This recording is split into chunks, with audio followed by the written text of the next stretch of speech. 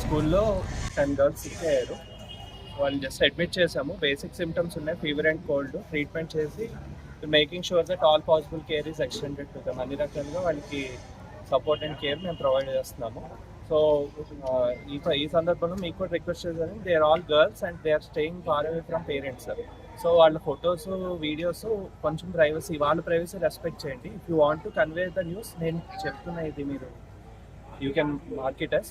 So 10 మందికి ఒంట్లో బాగాలేదని చెప్పి ఇక్కడ అడ్మిట్ చేశారు. సో వాళ్ళకి అన్ని రకాలుగా అంత కేర్ కూడా మేము ప్రొవైడ్ చేస్తున్నాము. టీచర్స్తో కూడా మాట్లాడాను.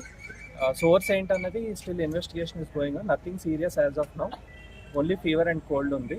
So I wish that they all recover. రేపు హ్యాపీగా ఎగ్జామ్ రాస్తారని అనుకుంటున్నాను. సార్ ఇక్కడ 10 మంది కాకుండా ఇంకో 10 మంది కూడా అక్కడ ఉన్నారని చెప్పి చెప్తున్నారు. మైనర్ సిమ్టమ్స్ ఉన్నాయి.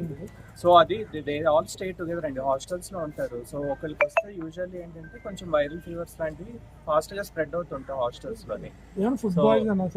Nothing as of now, we are also investigating. ఇప్పటి వరకు అయితే మాకు తెలిసిన మేర nothing, no reason found, but we are still investigating. 1-2 days now we'll also find the reason. So as of now our focus is on maximum అమ్మాయిలకి medical support అందించేలాగా మేము చర్యలు తీసుకుంటున్నాము. అండ్ వాళ్ళు ఇప్పుడు క్రూషియల్ ఇంటర్మీడియట్ ఎగ్జామ్స్ రాస్తున్నారు కాబట్టి దాని పరంగా అవసరమైన అన్ని ఫెసిలిటీస్, అంటే వాళ్ళు సేఫ్గా జాతీయ ఎగ్జామ్ రాసేలా అన్ని ఫెసిలిటీస్ కూడా మేము ప్రొవైడ్ చేస్తాం. విద్యార్థులు ముఖ్యంగా రేకుల షెడ్లో చదువుకోవడంతో వేడికి మాకు ఇలాగైంది అని చెప్పి అంటున్నారు సార్. వాళ్ళు ఇది ఏపీఆర్జేసీ రేకుల షెడ్లో చదువుకుంటున్నారు సార్.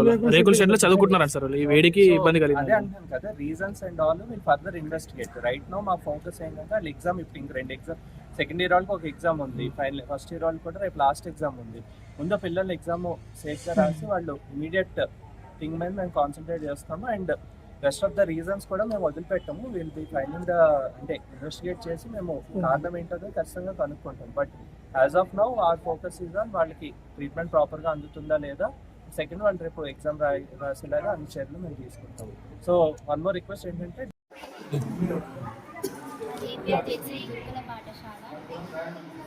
ఎగ్జామ్స్ ఉండడం వల్ల మేము నైట్ అవుట్స్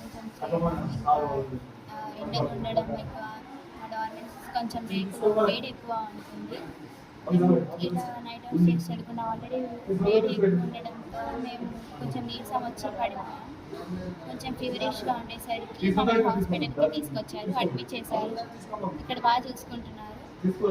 మేమంతా ఇప్పుడు బాగానే, మాకు నయమైంది, ఇప్పుడు బాగానే క్యూర్ అయినాం.